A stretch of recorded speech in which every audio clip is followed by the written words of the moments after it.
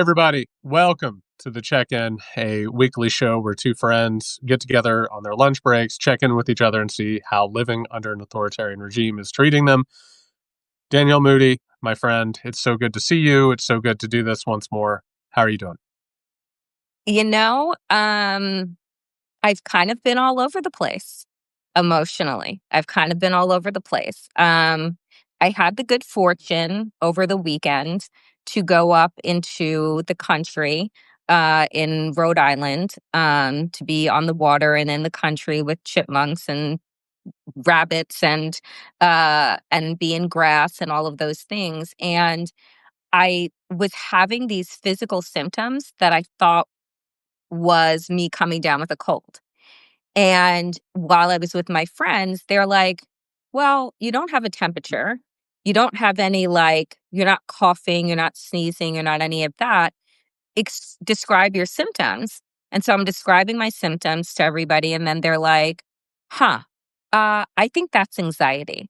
I think that you're super anxious. I think that the tingling physical sensations that you're having, the sleeplessness that you're having, I don't think that you're coming down with a cold. I think that your body, even though you're in this green country, slow, nice space, and we're all together, that you are physically you're physically manifesting the anxiousness that that's all around us. And that was like another really aha moment of, oh, this is new. Yeah. This is a new physical feeling. Like, now this is something else I need to pay attention to. So it's been a weird few days. It's been a weird few days. How are you doing? We know what's strange about that. Synchronicities or something, aren't they? I had a similar situation. I went to a friend of mine had his 50th birthday, and I traveled up to go and pay my respects and wish him well and all that. And I was driving on Saturday, and everything started popping off. Of course, Right. around that time, and I was paying attention to that. And I was also getting reports from a lot of the groups that I organize with and work with who are both either there or getting ready to do their own protests around the country. And I started to have this feeling. And it's anxiety is the right word, but I also want to talk about what anxiety is, right?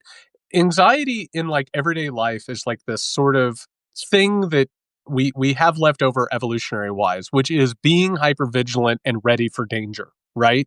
And a Yes. lot of the times anxiety can be useful sometimes in getting yourself prepared. And I think you and I and everyone listening knows that it can also be detrimental. It can keep us from doing things. It can keep us from acting healthily. And I think what we're talking about here is the difference between being prepared for something and having just sort of an anxiety that like doesn't necessarily have a focus, right? And here's the whole thing. Saturday, which is when I started feeling it, and I don't know if it was like Saturday or Friday for It was you, Saturday night. there is something inherent with humans who are animals that it's much like if you've ever been around like a big storm that was getting ready to happen and the birds like go and roost, Mm-hmm. right? Or like even if you watch like deer, all of a sudden they're like, oh, we need to go, right? Like they need to run. I think the feeling that was starting to come up was a necessary anxiety, which is we are getting ready to go through some shit. Yeah. And there is about to be a change in things. And there's always this simmering anxiety underneath an authoritarian regime because every single day we're watching people get brutalized and hurt and oppressed. And that's we talk a lot about that discomfort that we need to feel in order to be healthy in general, but also in this environment. I think a lot of us felt, particularly empaths and people who have hypervigilance, and this is one of the reasons why you and I can have these conversations and why we've been doing it for years. I think it was a feeling of, oh, we're getting ready to enter into something different. We're Yeah. getting ready to enter into a very dangerous situation. And I think that anxiety, it prepares us because I don't know how you feel about it. Not only are we watching what's going on in Los Angeles, we're starting to see other protests that are building up Yep. around the country, the type of movement and resistance that we actually need. Going into this weekend, there are over 1,500 rallies Yep. that are getting ready to take place. We also have this big, giant, stupid fucking military parade that's getting ready to happen. Trump obviously is beginning to lean into the militaristic authoritarian dynamic. And so I think, in a way, that feeling that we were having, and I think other people had, it was preparing us for an actual, like, life or death threat, because we're dealing with predators. We're dealing with actually dangerous people in dangerous situations. So I don't think that this is just an out of nowhere something. I think it's evolutionary. I think it's inherent. I think what we're talking about right now is exactly how we're supposed to feel in a situation like that.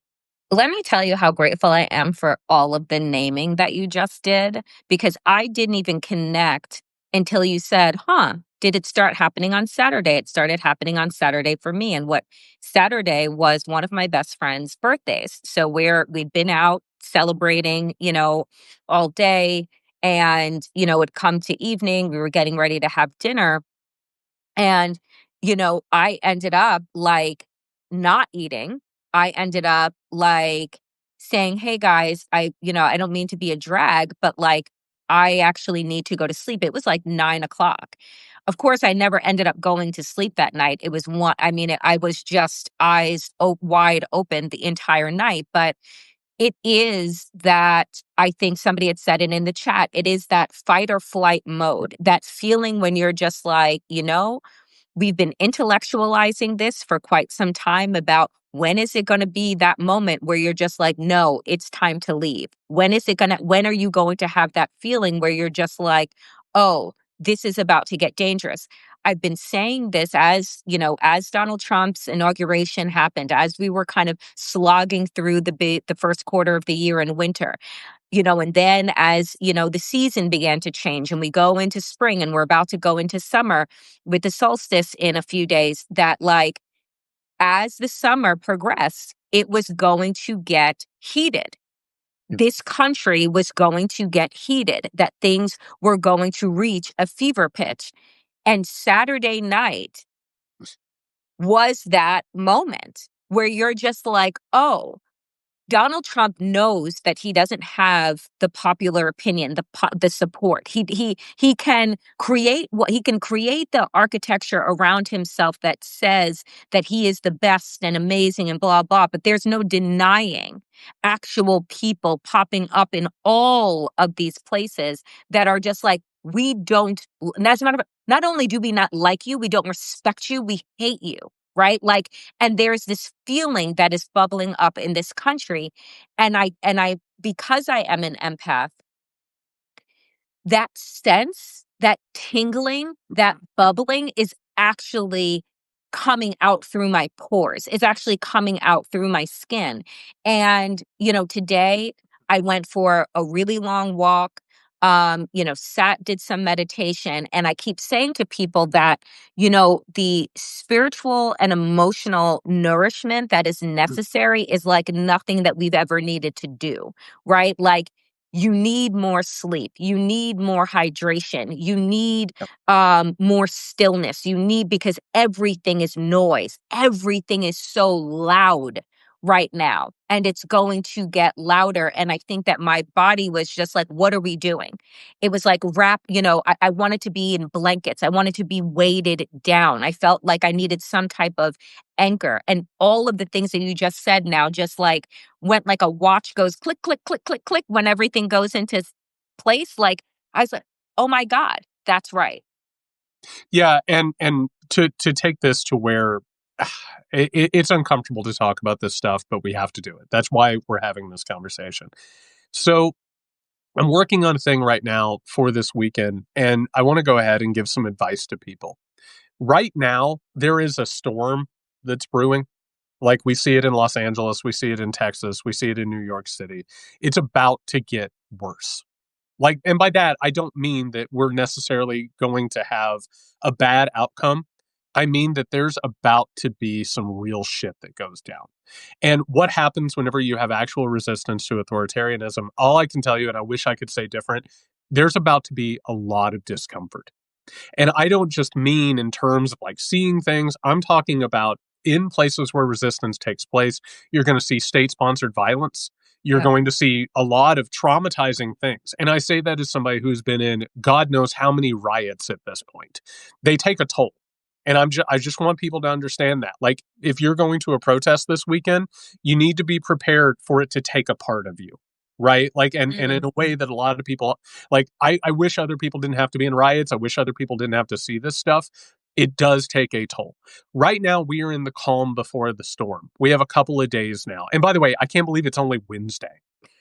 This week, it feels like we're not even at Friday. It feels like we're at some day that I don't even know what I to don't even describe. what do we name it? I don't know, but it's a different day. And what you just said, that nourishment is what we need to learn to have when we have a moment of rest, right? Because you and I, we're not in Los Angeles right now. We're not in Texas right now. New York City, I don't even know where you're at, but you know, like it, I tell people I'm not in downtown Manhattan. so I'm you're not in there. removed from I'm it a little bit. removed. Yeah. So, like in your area, it's going on, but it's not at your front door, right? Right. There is a really good chance that those of us who are not in the eye of the storm right now, we're about to be.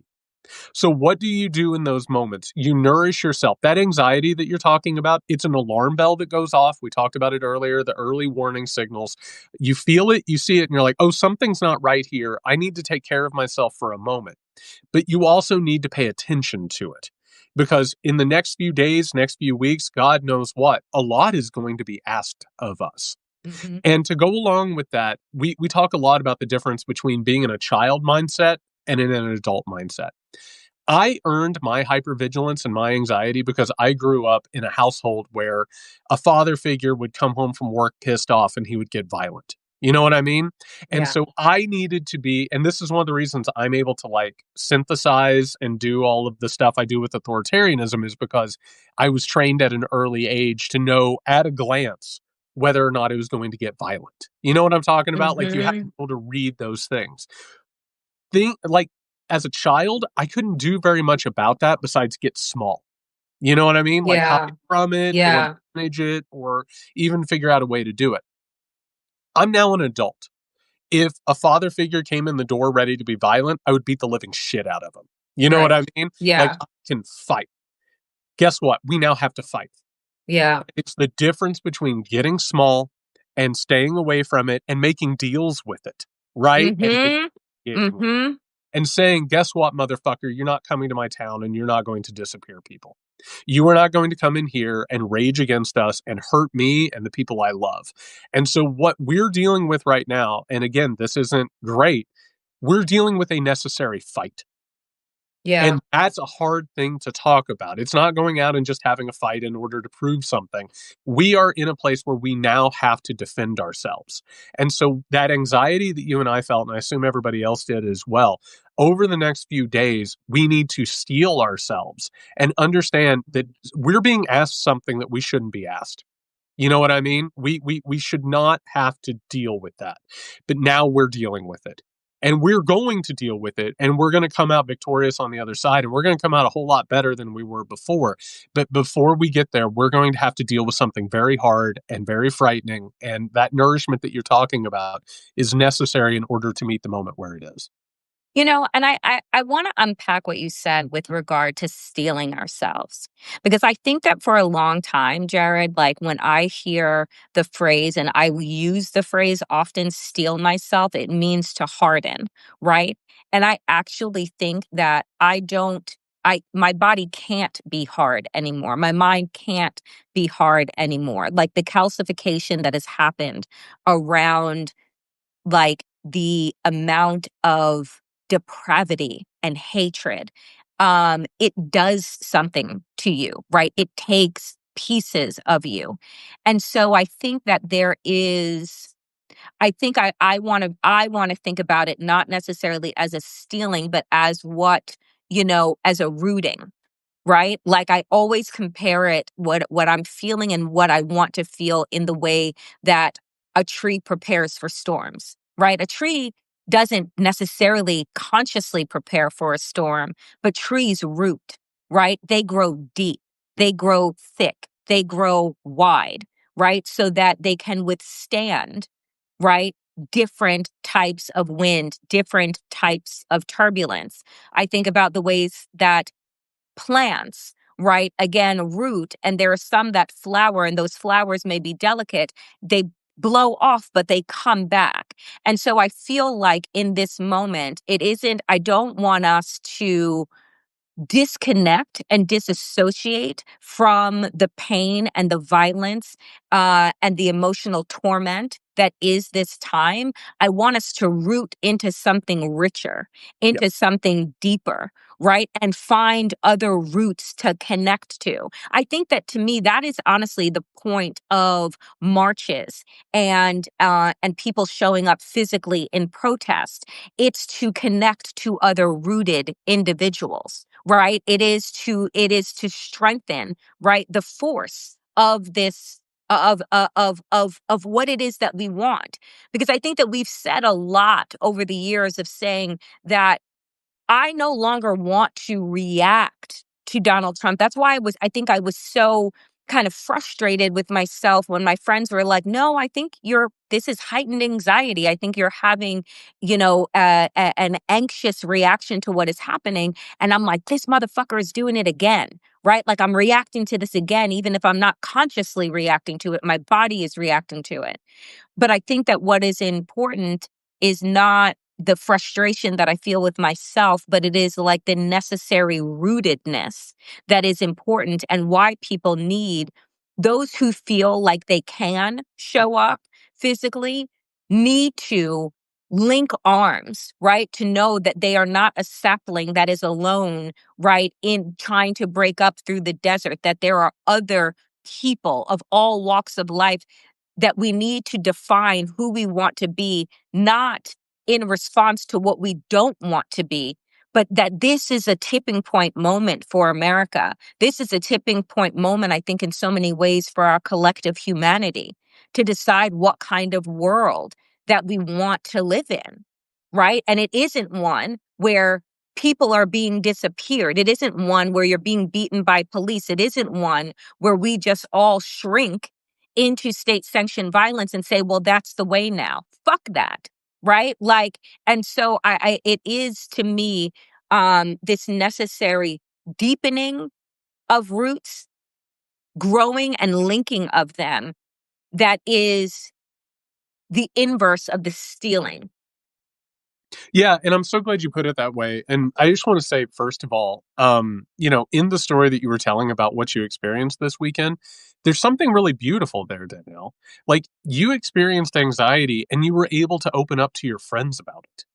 You were able to Yeah. be like, "Hey, I'm feeling this thing." And I'm sure that you and everybody else has had a moment where you've been around people you care about and you get anxious and what would we used to do? We'd pull away. We wouldn't talk about it and we would isolate ourselves from other people. What happens when you tell someone, "I'm feeling this, I'm having a hard time with it?" That all of a sudden provides the support that you need. Like here you are, you and I are having this conversation. You just admitted eventually tens of thousands of people will end up watching this. You just admitted I had this moment of what I considered weakness, but it wasn't weakness. It was strength, admitting how you felt. And the people around you, they picked you up, right? They Yeah. were there for you. And so that stealing that we're talking about, it isn't to make ourselves hard. Like Right. things, and man, this morning I'll lay my cards on the table. I'm having a good morning, and I like got up and like I read this article that really touched me, and like I all of a sudden I was like I'm weeping reading an article. You know what I mean? Like I'm just Yeah. like I'm weeping. I had another moment a while ago where I was just like weeping, and in the past because I grew up a white cis male in America, that's weakness, right? That Yeah. is giving yourself away. That's like being way too open. That's like being way too vulnerable. What has happened to me is that I have gotten softer. I've gotten softer in the right ways, right? Mm. I care about the people I care about so much. I feel it so much. If something is beautiful, I allow it to come in and like really nourish me. But guess what happens? When you start recognizing that, when you start recognizing the things that you care about, the things you would be willing to die for, That's the point here. The things that you are willing to protect and the things that you care about, that's what steels you against actual threats. Because there's Yeah. a difference between saying, you know what, I really don't want a confrontation. And what are we seeing, Danielle? We're watching so many people be revealed who are like, yeah, I'm against Donald Trump, but do we have to spray paint things? Do we have to set fire to these cars? Like, really, maybe you shouldn't be waving those Mexican flags. Like, what are you doing? You're actually being defensive against an authoritarian, and you're saying, don't upset them. Don't upset the Yep. angry, because if you and by the way, this whole thing, Donald Trump set a trap, all of this. Yeah, he did. And guess what? Eventually you're going to have confrontation. And we are so afraid of confrontations. We're so afraid of having people reject us. We're having people judge us that we are now playing decorum games with an authoritarian. It's like, well, Come if on. it's quiet, if we just wait out till 2026, everything will be fine. We don't have the time. We Nope. don't even know if we're going to have free and fair elections in 2025, much less 2028 or 26, whatever. I'm losing time. But we don't know that. Yep. And we have to be comfortable with the fact that, guess what? We didn't want this confrontation. We didn't want this guy in power. We don't want this guy doing these things. And one of the most powerful things that a person can say is, I don't want this, but I still recognize it's happening. And Mm-hmm. being able to say that and saying, here are the people, here are the things, here are the principles that matter to me. I'm willing to fight for those things. That's the nourishment. That's the stealing. It's not doing it from, I hate these people, I'm going to hurt them. It's, I love these people, and so I'm going to Yes. stand against them. And that's where we have to find ourselves. And our discourse is so fucked up around this. Like, just watching it is one of the most frustrating things. But the whole point is that if we are able to see what it is that we care about, and we are able to nourish ourselves and have our actual principles and not make deals with these assholes, not enable genocide, not enable trans people being, disappeared from society, not allowing immigrants to be disappeared, not sacrificing anybody. When we're able to do that, we're going to be able to stand up to this thing as adults standing up in a confrontation we didn't ask for, but it's here. The fact of the matter is that the people that have opinions about the right way to do things, the right way to protest, the right way to show resistance, it's like, forgive me, but miss me with the bullshit, right? Like there is no neat way to fight against authoritarianism. There is no clean, distilled, sanitized way to fight against your oppressor, right? Like, because it still puts you in a position of asking for permission. And we are at a place where we're like, I'm not waiting anymore. I'm not waiting for permission. I'm not waiting for the false sense of security that is going to come through a midterm election that is going to somehow, right, change the current course of society. No, we are in a dark place. We are in a bad place. And I think that the more people that are tapping in and are becoming conscious of, this is not the country that I want to live in. It's not the country I want to live in. It's not the country I want to raise my kids in. And you know what? I can't be an ostrich anymore, because what was across the state and then was down the street and then was on the block is now on your doorstep. Right? And so you have a choice. You either stay inside the house and you never leave and you hope that they don't come prying the door in, or you fight for your fucking space, like your life, your breath, your community. And so I think that there is something that is extraordinarily beautiful that comes out of pain, right? Because, the fact is that, like, we don't evolve as humans without being forced to evolve. And that forcing of evolution generally comes from some type of pain and struggle. And for some, it's awful. Right? For some, you don't ever find your way out of it. But there is no good way to evolve. We have been conditioned for so long that, like, hypercapitalism, that degradation, that dehumanization is just a part of what it means to live in a modern society. No, it is not. Nobody's not, and it doesn't have to be. And so now, faced with this unhooded, unmasked sense of like just the most sinister part of like ourselves, because we all have that kind of darkness. We just make choices. And these people made choices to reveal their most vile truths, right? But we don't have to take on what it is that they're telling us is like our future. We don't have to comply. Well, and Danielle, I'm thinking about how to talk about this because I feel like this is the forum for me to talk about this. For people who like read my stuff and listen to my stuff, who tune in on this, I want to lay my cards on the table because this feels like a safe, vulnerable place. The way that I am looking at this situation is evolving in a way that's hard to talk about. And the reason that I want to talk about it here is this. When I was studying history to understand capitalism and white patriarchal supremacy, you know what I noticed over and over again? I noticed that there would be a situation where people would be oppressed and murdered and exploited. And what always happened around it was that there was a discourse of, hey, I understand that things are happening that are bad, but it makes me uncomfortable when you get a little bit outside the lines of decorum. And it starts in the United States of America when it comes to enslaved Africans who were pushed into chattel slavery. Well, we really want to end slavery, but like, is this violence necessary? Like, are these uprisings necessary? You look at the Native Americans as they were being systematically wiped out and thrown out of their land. And it's like, I really wish that wasn't happening, but like, really, do you have to have these skirmishes and everything? Then you start looking throughout the abolition movement. They were too dangerous, weren't they, Danielle? Like they were way Yep. outside. John Brown was way outside the lines. You start looking, you start going through all these imperial conquests. You see how it's like, well, the Filipinos, as the United States of America was taking over, they were a little too violent. But never mind the fact that they were being put in concentration camps and being tortured, right? Because when we talk about decorum, decorum belongs to the oppressed. It doesn't belong to the oppressor. It's always the oppressed that need to color within the lines. And that goes to Algeria, that goes to the Haitians, that goes to the Gazans, and now it goes to immigrants and it goes to people being oppressed around this country.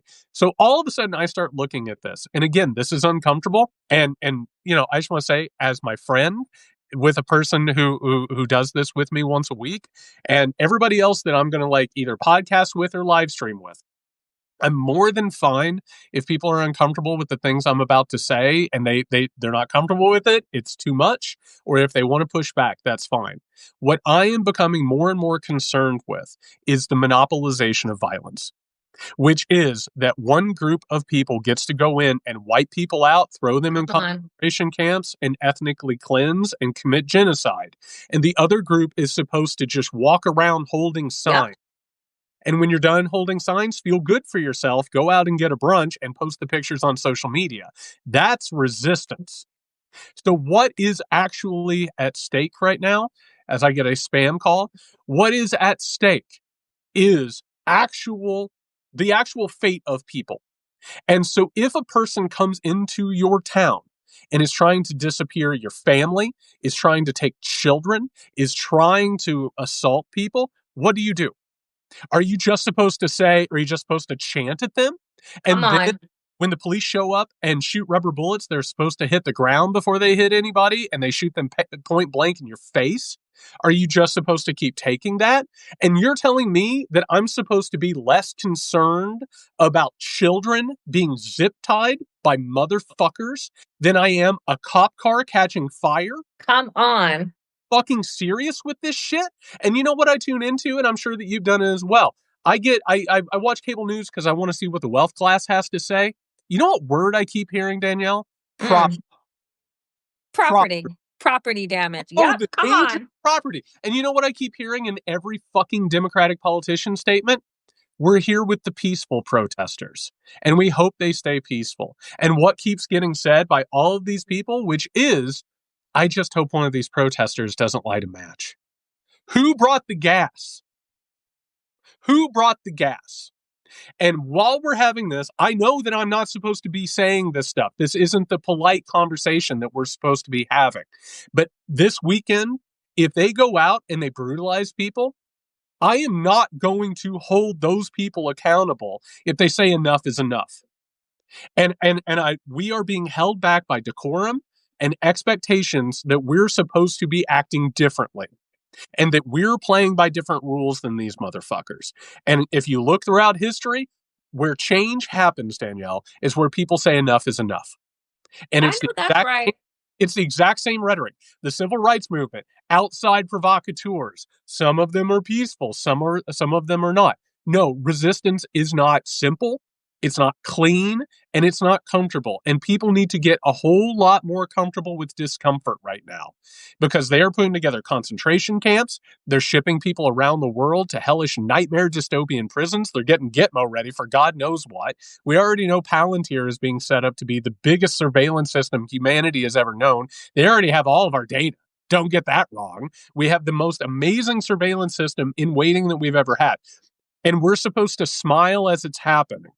And what do liberals tell us, Danielle? Be happy you're on the right side of history. That's enough.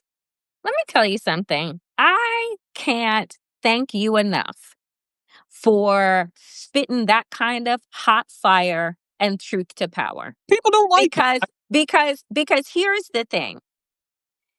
Every single time I would turn on the news after an unarmed Black person, Black child, Black woman, Black boy is killed. And it was incumbent on their family that is in the midst of grieving horrific white domestic terrorism that met their child that day to then stand before a microphone and tell people to be peaceful. Why? Why?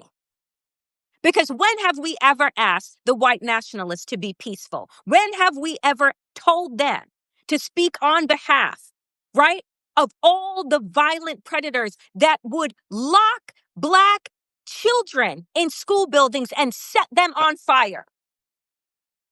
Right? That would feed Black babies to alligators like bait. And you're telling me that in the face of that kind of satanic depravity, that the only response is to be met with what? Prayer?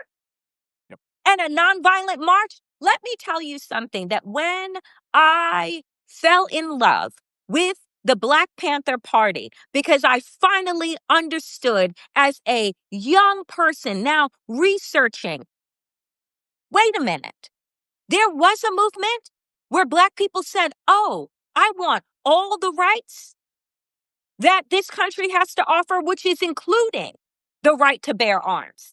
So they can have guns, but I must carry a Bible and a sign, right? They can spit on me, but I can't push back on them because then I'm seen as the provocateur. Like, I am so sick and tired of the, oh, we need calm. No, actually, the fuck we don't. We've been calm for way too long. We have allowed the kind of my God, the things that we justify in this country, and we say just are so, right? The children writing names on their bodies because they're being separated from their families. I went into an elementary school, tried to lie to those teachers and those administrators and say to them, oh, the parents said that we want to come in here so that you can go kidnap fucking children? So that you can go kidnap children to do God knows what with them as you're rolling back child working, right, policy, as your president is also a sexual predator that was in bed with sex traffickers, and we don't think that there is something nefarious at play about targeting brown children and Black children. So I appreciate so much, like, we need to release ourselves from this idea that we are going to meet force with some type of dance. Like, this is just not going to be, and I have said this over and over again, things in this country will get bloodier before they get better because there is only so much pressure. There is only so much that you can take. And for people to say, oh, well, keep it civil, keep it civil. Why? Why? When Donald Trump says that if you protest my militarized $45 million birthday party, that there will be hell to pay? There'll be hell to pay. If you show up in DC to protest him, that you will be met with unfathomable force. And we're just supposed to all sit around and think that we are going to vote our way out of autocracy? That ain't it. That is not it. You're absolutely 3,000% right. And here's the thing for anybody who's getting a little itchy with this conversation. I understand it because this is something that people need to sit with. And this is a message to white moderates. You need to really sit and think about what principles are. And you need to sit around and wonder whether or not you oppose Donald Trump because it makes you uncomfortable that these things are being said and that the racism and the sexism and the oppression is a little bit too open. You know what I mean? And that's the problem with Trump with a lot of people. You and I and a lot of the people watching this, we hate Donald Trump because he is everything that is wrong with humanity. Come on. Because of the brutality and abuse and self-serving nature of all of this. That's why we dislike Donald Trump. It's not because he's saying the quiet part loud. This whole thing has happened all along. The normal that you and I have decried now for years, that normal was about politeness and manners. It was racism, sexism, anti-gay, anti-trans, anti-poverty, anti-black, anti-woman sentiments that were being sugar-coated. And guess what? If you have a problem with standing up to an authoritarian and that makes you more uncomfortable than what the authoritarian is doing, you're not anti-authoritarian. You're uncomfortable with how authoritarian you are. And that is the issue in all of them. And it goes back, we talk a lot about mythologies, Danielle. Martin Luther King Jr. was one of the most reviled humans in the United States of America. Yeah. He's in American Express ads and, and by the way, what they've done to him to turn him into a pacifying figure is insane. And it's one of the most disgusting things that has happened. The civil rights movement, they just kind of marched a little bit, Danielle. They said a couple of words and it changed the hearts and minds. Never mind the fact of how unpopular it was at the time. Why did it work? It worked because they made white liberals look at their privilege and see what it was built on. And you know what white liberals need? They need to be made deeply uncomfortable. They need to understand that the basis of their life is suffering and exploitation, not just of Black people in the United States of America, not just gay and trans people in the United States of America, every human being around the world. This is why, by the way, Danielle, that they wanted to shut up the Gaza protesters. Yep. Shut up. I don't want to think about this. I want it to go away. I don't want to have to sit around and think about how my tax dollars and my own political party is carrying this out. The cognitive dissonance is too much. I want to be a little baby and not think about it. I would feel a whole lot better if I was just sharing clips from rallies and memes. That would feel so much better than having to look in the mirror and realize that I have played a role in children being destroyed. And children working in factories and children being killed because they stood in the way of dictators that helped the United States of America. So this is the message I have for white moderates who are feeling a little bit itchy with this conversation. It is so past time for you to fucking look in the mirror and wonder who it is that you actually are and what it is that you actually believe. Because guess what? The things that you believe, they're not the things you actually believe. They're the things that are convenient for you to believe. They're the things that have gotten you likes and retweets, and you and your neighbors can sit there with your signs on your yards. Signs don't mean fuck if you're not going to stand up for them, period. And we're at the point where there's no more these gestures. I don't want to see Democrats kneeling in kente cloths and then running as quickly away from the idea of defunding well, that's too much. That doesn't work well in an election. Guess what? It's your job to make it work. Yep. That's your job. And I just want to say one last thing on that point. And it's this. Everybody says, well, look at the numbers, Danielle. Look how many Americans support these deportations. You know why? Because both parties fought in the 2024 election over who would best deport people. The Democratic Party has been complicit in this. They have normalized this. And if they continue down this line, we're going to have to find other people. It's their job to change opinions, and people don't want this. And so if you're uncomfortable, I'm sorry, but maybe it's fucking time that you're uncomfortable. period. I mean, Jared, you drop so many gems. You speak so much truth to power. And this is why you and I have been in conversation for years. Because I'm like, this is the conversation that white people need to have with themselves. This is the conversation. And this is why I say the mirror is an uncomfortable place. It is why people prefer to be unconscious. It is why the very idea of being woke, right, is a threat. Because the more conscious people are, the more questions that they ask themselves, the more that is revealed about the lie that you are living, the lie that you have been fed to comfortably live unconsciously, right? The phone that we are talking on is mined by children in Slave. slave labor, Yep. right? There is no escaping, right? The fact that we, as Americans, our tax dollars go to fund the oppression, the enslavement, and the degradation of people around the world. And now the chickens have come home to roost. And it is time for people to recognize, oh, not me, not me. It was them. They're the ones, right? They're the savages. They're the uneducated. Look how they live. Look where they live. Oh, I have a manicured lawn. I have a big truck. I send my kids to private school. I have a beach club. None of that stuff Matters. matters. Not even a bit. Nor can it fill the hole, the void, right? Of the less of the smallness that we feel, right?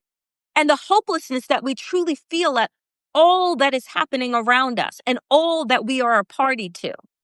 So it's like, this is the moment. And I know that there have been so many battles and there will continue to be so many battles. But this, to me, Jared, feels so different because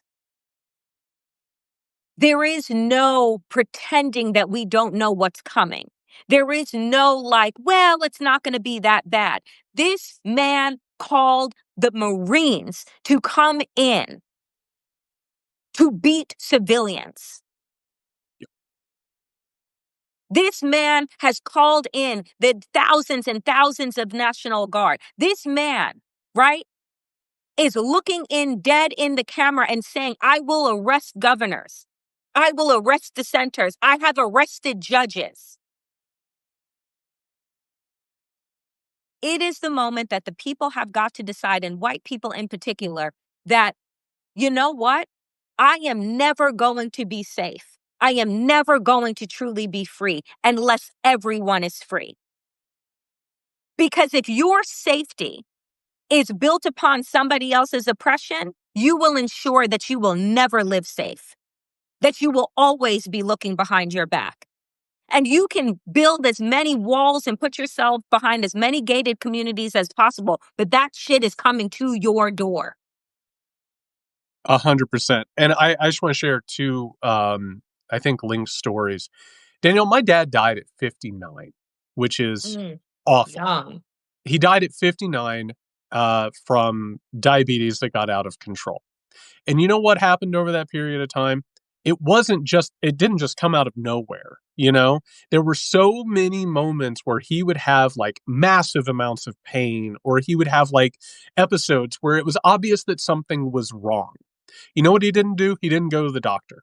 He created stories around it. He's like, well, it's this. Oh, I just haven't been sleeping. This and that and that. There were so many off ramps. You know what I mean? Where if he would have looked at the situation in the face and not engaged in denial, he might have gone to the doctor and gotten the help that he needed to not die at 59. And what are we talking about? We're talking about a disease that is ravaging the United States of America.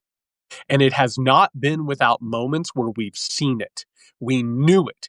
And just to stay in this century, we knew it with the war on terror. We knew it with Katrina.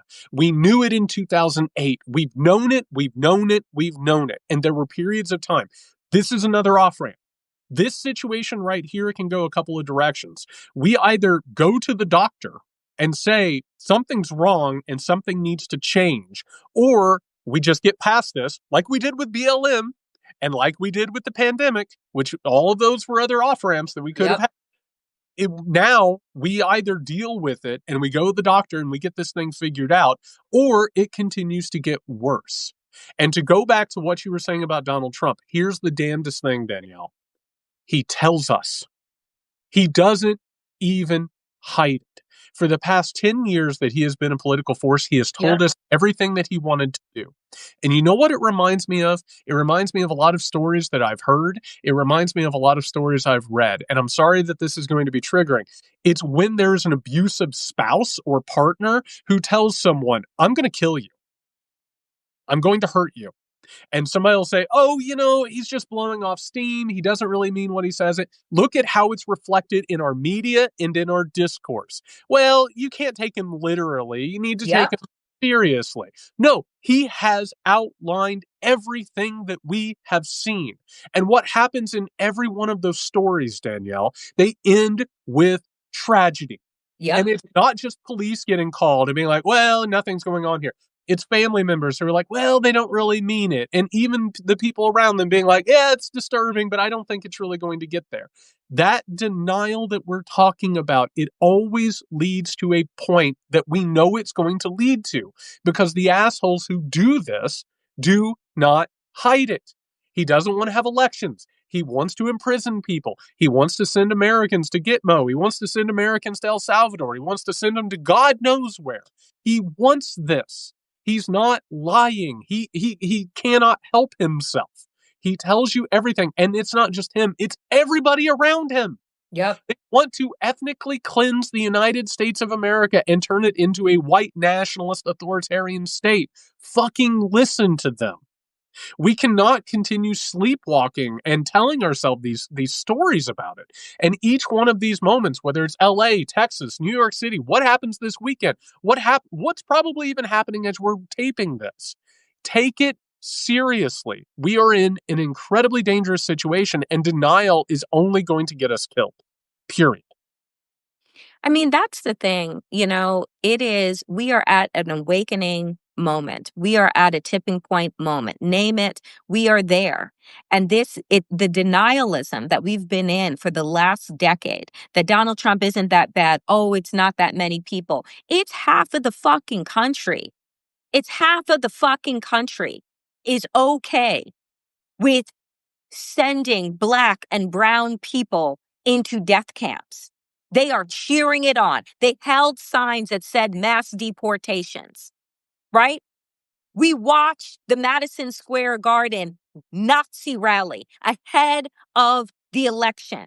Yep. And we said, oh, there's no way, right? We wanted to pretend and lie to ourselves and say that half of the country couldn't possibly be. And what I'm saying is move on from the shock, right? Move on from the shock. It is time for people to recognize that there is just as much light as there is darkness in each and every one of us. And how we show up in every day, in every moment, is a choice that we are making. So you have choices left to make in this moment, because to be a political ostrich is to get yourself killed.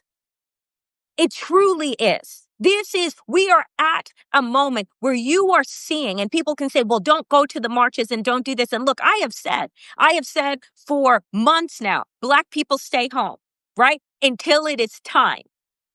It's time, right?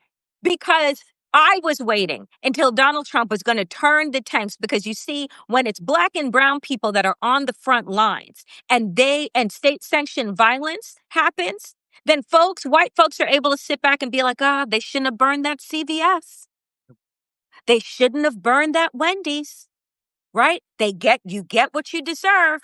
But when it's white Mima and Papa that are out there that are marching, that now it's them that are getting hosed and them that are getting tear gassed, all of a sudden it's like, whoa, whoa, whoa, things are out of control. That's why I said Black and brown people stay home. This ain't our fight. We didn't conjure Donald Trump. We didn't create him, right? White people did. And they need to reckon with that and understand that you created the monster. So now it's your time. right? To put your body, your life on the line. Because you see, they're sending out the National Guard and the Marines to protect property. We fought a civil war because white Southerners wanted to protect their property. They died to protect their property, which were enslaved Africans. So them standing in front of banks and in front of buildings is no different. Yep. And the human soul recoils from that because it's hard to put yourself in that mindset. But that's exactly what it is. We have reached a point in which human life it isn't even on the same league as protection of property. That's what neoliberalism has delivered us. Is that the only thing that actually matters is property and wealth. And we have now reached the point where they don't even have to wear a mask anymore. Again, they used to hide it, right? They used to hide it behind slogans and compassionate conservatism or neoliberalism or the third way or whatever it is. The difference now is we see through the mask. We see what it is. And for white people, that discomfort you're feeling is something that people of color around this country and gay and trans people have felt, the impoverished have felt. And guess what? Brown and black and all kinds of other people around the world have been feeling for decades. So is it time to recognize that your fate is interdependent with the other people's fate? Absolutely. That discomfort you're feeling is the logical evolution of what you stood behind for years. And stood behind, by that I mean didn't think about. You didn't have to. And guess what? Now that disease that we're talking about, it has reached the point where you can't hide from it anymore. There's no more denial about it. And if you want to continue to do that, whatever, but do not give me this bullshit where you're telling people to be kind and telling people to maintain decorum. We're past it. Yep. I think that there's going to be a ton of tragedy, as we talked about. And I think to wrap this thing up, just to go ahead and put a nice bow on it, Danielle, it's going to be hard. It's going to hurt. People are going to be hurt. We're going to experience things that we shouldn't have to experience. But if you have a disease, sometimes you have to go underneath the knife. Sometimes you're going to have to go in and get the procedure that isn't comfortable and it's going to feel bad, but it might save your life and it might save other people's lives. And so going back to what we talked about, nourish yourself over the next couple of days. Figure out the things that matter to you and the things that you're willing to fight for, because we've got some surgeries coming up. We've got some really hard procedures that are not going to be okay. And we have to, on the other side of it, and I think you and I are going to try and pattern it, we're going to have to take care of each other based on what we've seen and what we've experienced. We're going to have to hold each other up because we're going to go through some things that are not going to be comfortable and they're going to leave marks. We're going to have scars from this thing. And we're going to have to be in tune emotionally, because if we get lost in that, we're not awake anymore. We're back on that autopilot that we keep talking about. So it's going to be hard. We're going to make it through it. We're going to be there for each other. And we need to develop intimacy and openness and solidarity so that we know on the other side of these ugly things that we're going to hold each other up. That's the important thing here. Jared, I cannot, I say this every single week, and it is just so real. I cannot thank you enough for your openness, for your righteous rage, for your vulnerability, for the space that we have created together to be able to name this moment, name these feelings so that we build the skills and the roots necessary to move ourselves through this. It is extraordinary to call you a friend and to be in this moment together. And I'm deeply grateful. I am so grateful for you. And I got to tell you, this is something that I've been sitting with over the past few weeks, just in terms of what we've discussed today. And knowing that you are my friend and knowing that you are on the right side of this thing and you fight, it helped give me the room and the space so that I could reach the point that I'm at. Because listen, we can't have this conversation on CNN. We can't. You would No, never get invited back. no. Like that would be it. But being able to have this space where we're able to process this, it has given me, I'm getting a little emotional here. It has given me the capability to sort of start to navigate these hard things and feel like I can talk about it and be open about it. And I really appreciate you being receptive, and just, I cannot thank you enough for being my friend and for being you. Like, watching you navigate this has been so inspiring, and this means everything to me. Well, thank you to you. Thank you to Thank all of the people that watched. And again, Jared and I are here every Wednesday, 12 p.m. Eastern. If you have not subscribed to Jared's Substack, you need to dispatches subscribe. Consider becoming a paid subscriber and supporting independent media, as well as following the Muckrake and all of his brilliant writings, getting his brilliant books. People look for things and voices in this moment. If you have not subscribed to my Substack, The Damn Digest, do consider subscribing and becoming a paid subscriber, and, supporting independent media and, powerful voices in this moment that are willing to speak truth to power, is what is going to guide us through. So we appreciate everyone for showing up, and we will see you back here next week. Thank you again, Danielle. Please be safe this weekend, everybody. Do Yes. what you need to do. Be safe. Come back. Keep going. Yeah. And we'll Yeah. talk more.